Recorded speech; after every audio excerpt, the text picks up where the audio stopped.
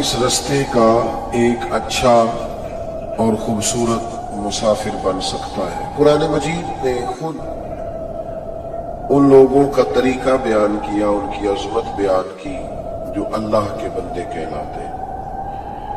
ارشاد فرمایا وعباد الرحمن الذین یمشون علی الارض ہونا، فرمایا جو رحمان کے بندے ہیں وہ زمین پر عاجزی کے ساتھ چلتے ہیں، وہ زمین پر آہستگی کے ساتھ چلتے ہیں،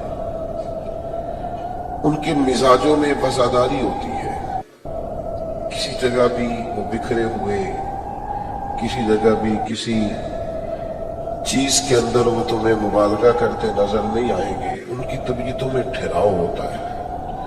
رحمان کے بندے زمین پر آہستگی سے چلتے ہیں۔ وَإِذَا خَاطَبَهُمُ الْجَاهِلُونَ قَالُوا سَلَامًا، اور جب جاہل ان سے گفتگو کرتے تو وہ جاہلوں سے الجھا نہیں کرتے، بلکہ وہ کہتے ہیں قَالُوا سَلَامًا، تمہیں سلام ہو، وہ سلام کر کے گزری۔ ان کا دن ہے، ان کے شب و روز ہے، یہ ان کا طرز حیات ہے کہ رحمان کے بندے زمین پر آہستگی سے عاجزی سے چلتے ہیں، جاہلوں سے بحث نہیں کرتے، سلام کر کے گزر جاتے ہیں، یہ ان کا دن ہے۔ اور ان کی رات کیسی ہے؟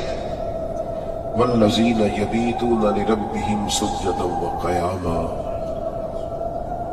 وہ رات گزار دیتے ہیں اپنے رب کے لیے سجدہ کرتے ہوئے اور قیام کرتے ہوئے۔ ہمارے ہاں نہ لوگوں کی طبیعتوں میں جلد بازی آئی ہے، بعض جگہ تو بعض چیزیں ایسی ہیں جو بعض شخصیات سے سرزد ہوتی ہیں تو ان کی پرسنالٹی سے میچ نہیں کرتی۔ آپ نے جو چیز تیزی دکھائی، آپ نے جو اپنا بتایا، آپ نے جو جلد بازی کا مظاہرہ کیا، آپ کو جو اپنے کارڈ چھپوانے کا اور بتانے کا شوق پیدا ہوا، تو یہ شخصیت کے ساتھ میچ نہیں کیا۔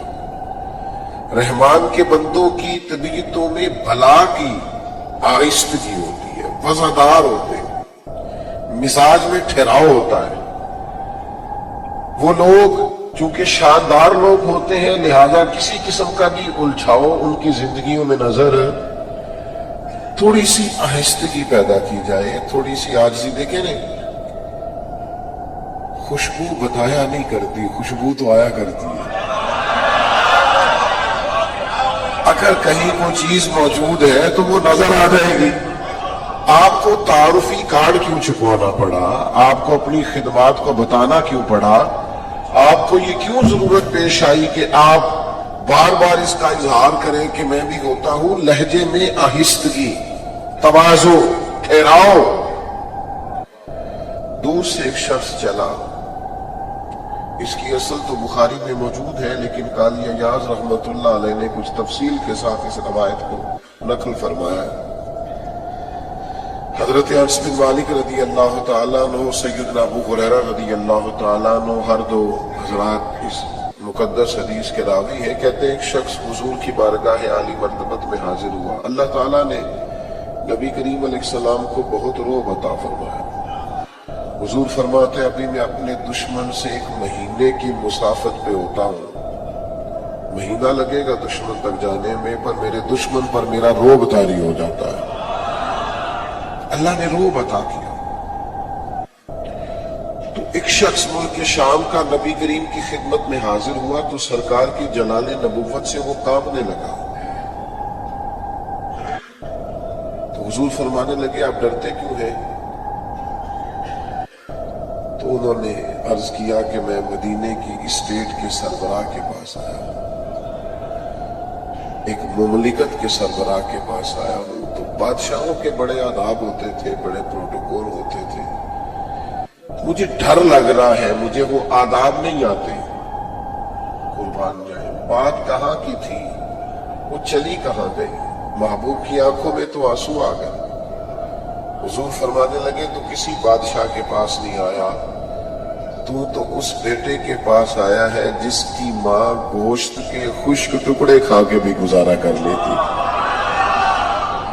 یہ جو وفاداری ہے، یہ جو ٹھہراؤ ہے، یہ جو عاجزی ہے، یہ جو تواضع ہے، یہ اصل میں انسان کے زیادہ پھلدار ہونے کو ظاہر کرتی ہے۔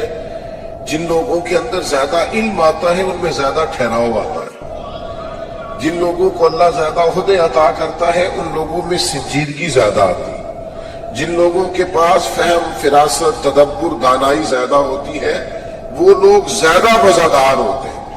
حکمت سے خالی جو لوگ ہوں اور جن میں دانائی ہی نہ ہو، ٹھہراؤ ہی نہ ہو، آہستگی ہی نہ، بات ایک ہی ہوتی ہے، عام لوگ اسے نادانی سے کرتے ہیں، اللہ والے ذرا حکمت سے کرتے ہیں، طبیعت میں ٹھہراؤ ہوتا ہے نا۔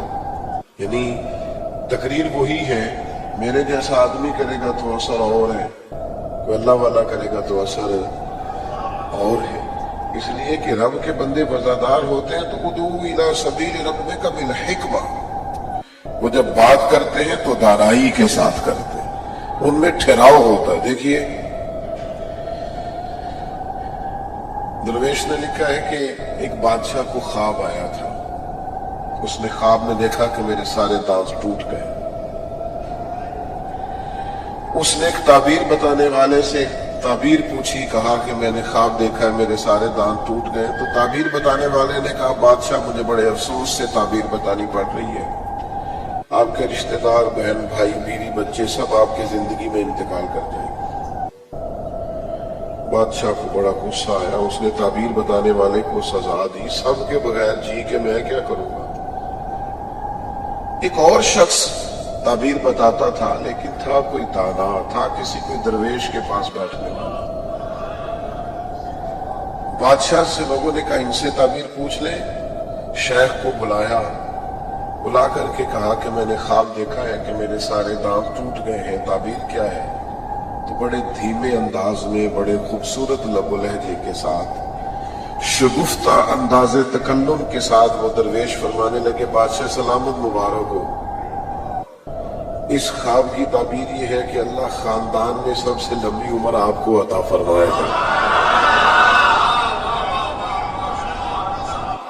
اللہ سب سے لمبی عمر آپ۔ بادشاہ نے کہا اسے انعام دو یار، کیا خوبصورت بات کی ہے، مجھے بتائیے تعبیر دونوں نے ایک ہی نہیں بتائی، تعبیر دونوں نے، لیکن بات اگرچہ بے سلیقہ ہو کلیم، بات کرنے کو سلیقہ چاہیے، آپ کے مزاج کے اندر وفاداری ہونی چاہیے، ٹھہراؤ ہونا چاہیے، کسی قسم میں چھوڑ دیں گے آپ کا انتظام مکمل۔ بھائی میری طرف دیکھیں، چھوٹے بھائی آپ ادھر دیکھیں، اللہ آپ کو سلامت رکھے، آپ لوگ سامنے کھڑے ہیں نا تو توجہ آپ کی طرف جاتی، بس اب تو ماشاءاللہ سے بات بڑی جلدی مکمل ہونے کو ہے، اثر کرے نہ کرے سن تو لے میری فریاد، اور نہیں ہے داد کا طالب یہ بندہ آزاد، اور میں آپ سب سے مل تو نہیں سکتا جتنی بڑی تعداد میں آپ آئے ہیں اور اس وقت میں آئے ہیں فجر کے بعد، لیکن یہ ہے کہ ہر ایک کے لیے دعا کو ضرور،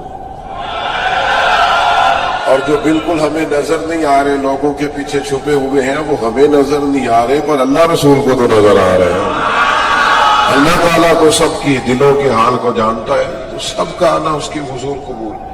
تو ایک تو طبیعت میں ٹھہراؤ، دوسرا الجھاؤ سے بچنا ہے، وَإِذَا خَاطَبَهُمُ الْجَاهِلُونَ قَالُوا سَلَامًا، ہر وقت بحث نہیں کریں، علماء کریں گے کبھی احقاق کے حق کے لیے کہیں کوئی ضرورت پڑی، ہمارے ہاں نا بہت بحث ہوتی ہے، بہت زیادہ بحث ہوتی ہے، اور ایسے موضوعات پہ بھی ہوتی ہے کہ جن پہ لگتا ہے کہ یار آپ کا تو سٹیٹس ہی نہیں تھا اس موضوع پر بحث کرتے، اور پھر جاہلوں سے آپ بحث کر رہے ہیں، جاہلوں سے۔ امام شافعی رحمۃ اللہ علیہ فرماتے ہیں میری کبھی علماء سے گفتگو ہوئی اور کبھی جہلاء سے ہوئی، فرماتے ہیں جب میری علماء سے صاحبان علم سے بات ہوئی تو کبھی میرا موقف انہوں نے مان لیا، کبھی ان کا میں نے مان لیا، یعنی کبھی میں جیت گیا بظاہر، کبھی وہ جیت گئے، لیکن میری جب بھی جاہلوں سے بحث ہوئی ہے جاہل ہی جیتے ہیں، جاہلوں سے جیتا جا سکتا، بہت سارے ایسے نادان ہیں جو جاہلوں سے بھی بحث کرتے ہیں، اللہ والوں کا یہ طریقہ، وہ جہلاء سے بحث ہے۔ حضرت خواجہ اجمیر کے سامنے درویش بیٹھا تھا، ایک صاحب آئے، آ کر کے کہا میں نے ان سے پیسے لینے ہیں، مطالبہ شدت کے ساتھ کرنا شروع کیا، تو خواجہ صاحب رحمۃ اللہ علیہ فرمانے لگے اگر ان کے پاس رقم ہوتی فوراً دے دیتے، کچھ انتظار کیجئے، لیکن انہوں نے بڑی ہی تکلیف دے باتیں کی، ہاتھ بڑھانے کی، دست درازی کرنے کی بھی کوشش کی۔ جب معاملہ یہاں تک آیا تو حضرت خواجہ اجمیر نے اس شخص سے کہا یہ اپنے پیسے لو، لیکن تم نے تکلیف دی ہے، یہ انداز تمہارا درست ہے۔ لوگوں نے کہا حضرت اتنے سارے لوگ تھے، اس کو پوچھ لیتے۔ فرمایا ہمارا طریقہ ہی نہیں ہے جاہلوں سے الجھنے کا، ان نادانوں سے بحث کا ہمارا طریقہ نہیں ہے۔ وہ ٹھیک ہے، اس نے جو کرنا تھا جہالت کا مظاہرہ، اب ہم بھی جواب میں کریں۔ وہ شخص چلا گیا، پیسے ادا کر دیے گئے، لیکن ایک غریب آدمی کی توہین کر گیا۔ بھرے مجمع میں تکلیف، بھرے مجمع میں تو کسی کو نصیحت نہیں کرنی چاہیے نامینیٹ کر، بجائے اس کے کہ آپ قرضے کا مطالبہ کریں۔ کچھ عرصے کے بعد وہ شخص بیمار ہوا تو لوٹ آیا، آ کے کہنے لگا حضور بڑی سخت تکلیف میں ہوں، آپ کا دل توڑا ہے۔ فرمایا ابھی بھی اپنی جہالت سے باز نہیں آ رہے، میرا دل نہیں توڑا، تم نے اس غریب کا دل توڑا ہے۔ جاؤ جا کے اس سے معافی مانگو، اپنی جہالت سے توبہ کرو، اللہ تبارک و تعالیٰ تمہیں معاف کرے گا۔ بھائیو جاہلوں سے بحث نہیں، الجھاؤ نہیں۔ اور پھر رومی کہتے ہیں گدھے اور گھوڑے کی بحث ہونے لگی تھی۔ گھوڑا کہتا تھا آسمان کا رنگ نیلا ہے اور گدھا کہتا تھا نہیں کالا ہے۔ کئی گھنٹے بحث ہوئی، مقدمہ شیر کی عدالت میں چلا گیا۔ گھوڑے نے جاتے ہی کہا بادشاہ کئی گھنٹوں سے ہماری بحث چل رہی ہے، میں کہتا ہوں آسمان کا رنگ نیلا، آپ بتائیں کون سا کا نیلا ہے؟ تو کہا یہ گدھا کہتا ہے کالا ہے۔ تو بادشاہ سلامت فرمانے لگے کہ بات بھی گھوڑے کی ٹھیک ہے اور گھوڑے کو عمر قید کی سزا بھی ہے۔ گھوڑے نے کہا سزا کس بات کی؟ اس نے کہا سزا اس بات کی کہ تم نے گدھے سے بحث شروع کر دی، تمہیں سمجھ نہیں آئی یہ گدھا ہے۔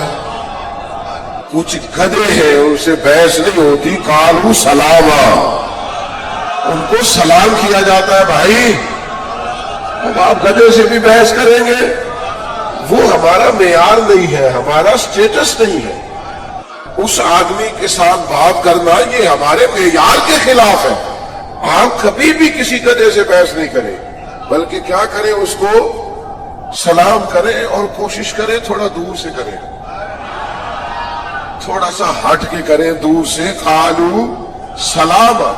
اور اگر کوئی ایسا شخص ہو جو نادانی میں جہالت کا مظاہرہ کر رہا ہے تو پھر تو اللہ والوں کا طریقہ محبت کرنے کا ہے، پھر اللہ والوں کا طریقہ درگزر کرنے کا ہے، پھر اللہ والے سمجھ جاتے ہیں کہ اس کی شعوری طاقتیں اتنی، پھر وہ اس پر سختی نہیں کرتے۔ میں آپ کی خدمت میں عرض کروں گا، ہمیں اپنے بچوں کی نادانیوں پر ان پر سختی نہیں کرنی چاہیے۔ اگر کوئی ان پڑھ آدمی نادانی کرے تو ہمیں سختی، اپنے بچوں کو اس ترتیب سے ہمیں قائل کرنا ہے کہ انہیں پتہ ہی نہ چلے کہ ان کی تربیت کی جا رہی، غیر محسوس طریقے سے۔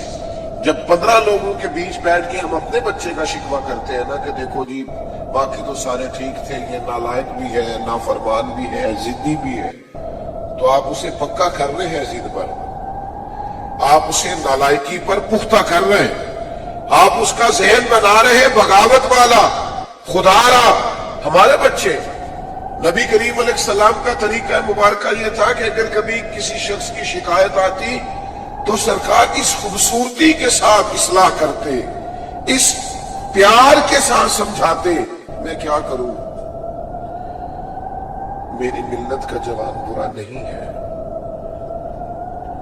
اس کے باطن میں گناہ نہیں ہے، یہ تو بدلنا چاہتا ہے، یہ تو ٹھیک ہونا چاہتا ہے۔ جس کلین شیف نوجوان کو آپ روز چوک میں کھڑا ہوا دیکھتے ہیں نا، اس کے قریب جا کے کبھی حضور کا نام لینا، اس کی آنکھیں نور سے بھر جاتی ہیں۔ یہ کیا سمجھ لیا ہے کہ یہ اگر بظاہر کسی وقتی شرارتوں کا شکار ہے اور دنیا کے کسی جو ہے وہ میلے ٹھیلوں کا شکار ہے تو یہ بالکل دور ہو گیا ہے۔ آپ ان کے بارے میں جذبات عمدہ رکھیں، ان کو سمجھائیں تو ذرا خوبصورتی سے، اگر ابھی ایک نوجوان آ گیا حضور نبی کریم علیہ السلام کی بارگاہ میں، اس نے آتے ہی کہا یا رسول اللہ صلی اللہ علیہ وسلم مجھے بدکاری کی اجازت دے دیں، سخت جملہ ہے، ناپسندیدہ ہے، بوجھ بننے والی بات ہے، حضور نے ڈانٹا نہیں۔ نبی کریم علیہ السلام نے کوئی تلخ بات نہیں کی، حضور نے قریب بٹھا لیا اور تھپ کے دیکھے کہ بیٹا تم پسند کرتے ہو کوئی تمہاری بہن سے بدکاری کرے، کہ تمہاری بیٹی سے بدکاری کرے، باقی جو رشتے ہیں ماں ہے خالہ ہے پھپھا ان کے لیے تم پسند کرتے ہو؟ اس نے کہا سوال ہی پیدا نہیں ہوتا، جرت ہے کسی کی؟ تو محبوب فرمانے لگے جن سے تم بدکاری کی اجازت مانگ رہے ہو کسی کی تو بیٹی ہوگی، بہن بھی ہوگی، کہیں وہ خالہ بھی ہوگی پھپھو بھی ہوگی، وہ رشتوں کے سارے تقدس جو تمہارے گھر کی خواتین کو حاصل ہے وہ اسے بھی تو حاصل ہوں گے۔ جب نبی کریم نے یہ بات بیان کی تو کیا انداز تھا اور کیا شفقت تھی، اور اس کے کندھوں پر میرے محبوب کا دست کرم تھا۔ چند آنسو فوراً اس کی آنکھوں سے ٹپکے، وہ آنسو تھے کہ وہ سیلاب بن کے ہر چیز کو دھو گئے۔ فوراً عرض کرنے لگا یا رسول اللہ آج کے بعد خیال بھی پیدا نہیں کروں گا، آج کے بعد توجہ نہیں کروں گا۔ او بھائی کبھی کوئی اپنا نادانی کرنے لگے اس پر شفقت کی جاتی ہے نا، اس کا ہاتھ پکڑا جاتا ہے نا، اسے گمراہی سے بچایا جاتا ہے، اس کے لیے اپنے محبت کے جذبات کو کھولا جاتا ہے۔ خدا را اگر کوئی اپنا، حضرت ابو ذر غفاری رضی اللہ تعالیٰ عنہ فرماتے کسی معاملے میں میں نے سخت جملہ کہہ دیا تھا سیدنا بلال حبشی کو، تو محبوب نے نام نہیں لیا، حضور نے فرمایا کیا ہو گیا لوگوں کو ابھی بھی جاہلیت کی باتیں کرتے ہیں، کسی کو اس کی ماں کا نام لے کے کہ تو ابشر کا بیٹا ہے آر دلاتے ہیں۔ یہ کس نے ذروں کو ملایا اور صحرا کر دیا، یہ کس نے قطروں کو ملایا اور دریا کر دیا، یہ کس کی حکمت نے یتیموں کو کیا در یتیم اور غلاموں کو دنیا بھر کا مولا کر دیا؟ کس نے جرت کی ہے بلال سے یہ کہنے کی؟ حضرت ابو ذر فرماتے اور تو کوئی نہ سمجھا تو میں تو سمجھ رہا تھا نا۔ پھر میں اٹھ کے سیدنا بلال کے پاس گیا اور میں نے کہا اٹھاؤ نا اپنے قدم اور رکھو نا میرے سینے پر، اور میں لوگوں کو بتاؤں کہ اللہ تعالیٰ نے اب تمہیں عزت کتنی عطا فرما دی۔ وہی حضرت ابو ذر غفاری ہے کہ ایک مقام ایسا آیا بعد میں کہ جس قیمت کا لباس انہوں نے پہنا ہوا تھا اسی قیمت کا ان کے غلام نے بھی پہنا ہوا تھا۔ یہ جو آج بہت انسانیت کا درس دیتے ہیں نا لوگ، بیچارے رو رو کے غریبوں کی باتیں کرتے ہیں، ان سے کبھی پوچھیں آپ کے اور آپ کے ڈرائیور کے کپڑے ایک قیمت کے ہوتے ہیں؟ نبی کریم علیہ السلام نے تو فرمایا تمہارے غلام تمہارے بھائی ہیں، جیسا خود کھاؤ ویسا انہیں بھی کھلاؤ، یہ ابن ماجہ میں موجود ہے، جیسا خود پہنو انہیں بھی پہناؤ، ان کی طاقت سے زیادہ ان پر بوجھ نہ ڈالو، اور اگر بوجھ ڈالو تو ان کے ساتھ کام میں شریک ہو جاؤ۔ تو اپنا اگر کبھی کوئی نادانی کرے تو آپ کا سینہ کشادہ ہونا چاہیے، بڑا ہونا چاہیے، وسیع، اور یہ آپ کو ان اولیاء کی درگاہوں سے ملے گا۔ حضرت خواجہ فخر جہاں دہلوی ایک زمانہ عقیدت مند تھا حضرت علیہ رحمہ کا۔ اچھا یہ بھی یاد رکھنا 100% لوگوں کا عقیدت مند ہونا ٹھیک نہیں ہوتا، یہ 90-95% ہی ٹھیک ہوتا ہے، ورنہ نظر لگ جاتی ہے۔